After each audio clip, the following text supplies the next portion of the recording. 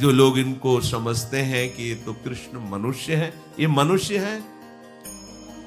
जिस समय देवराज इंद्र ने देखा अपनी पूजा को भंग ब्रजवासियों ने कर दिया, एक कृष्ण के कहने पर, और एक पहाड़ की पूजा कराई गिरिराज जी की, अब मैं इनको दंड दूंगा ब्रजवासियों।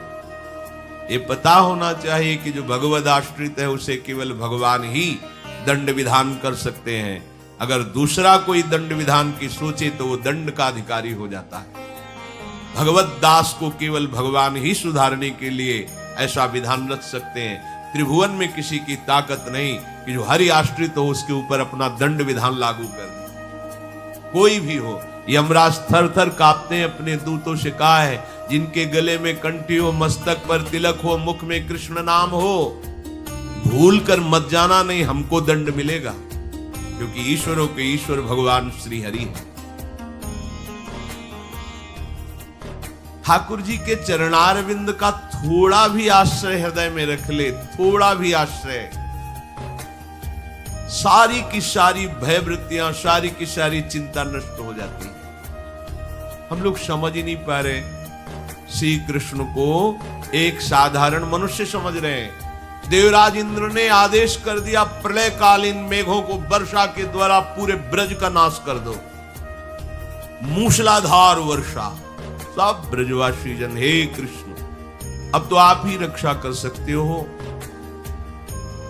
21 किलोमीटर के गिरिराज खेल खेल में ऐसे उठा लिया, ऐसे 7 दिन 7 रात्रि तक संपूर्ण ब्रजवासियों को सुखपूर्वक अपने दर्शन से ऐसा अमृत बरसा रहे थे। न किसी को भूख लगी, न किसी को प्यास लगा, न किसी को किसी भी तरह की अन्य क्रियाएं करने की सोच, लघु शंख, किसी को कुछ, सब मंत्र मुग्ध श्री कृष्ण रूप में खोए हुए हैं, मानो सब समाधि भाव को प्राप्त है। और आश्चर्य, चारों तरफ श्री कृष्ण को सब ब्रजवासी जन घेरे हुए हैं और सबके सन्मुख प्रभु हैं।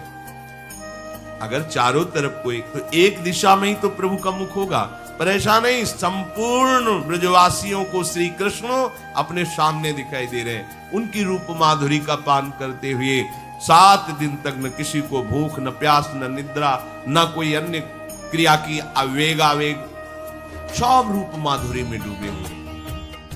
ऊपर से वर्षा, एक बूंद पानी गिरिराज जी के नीचे नहीं गया। हार गया देवराज इंद्र आकर चरणों में। ये मनुष्य है श्री कृष्ण, विचार करो।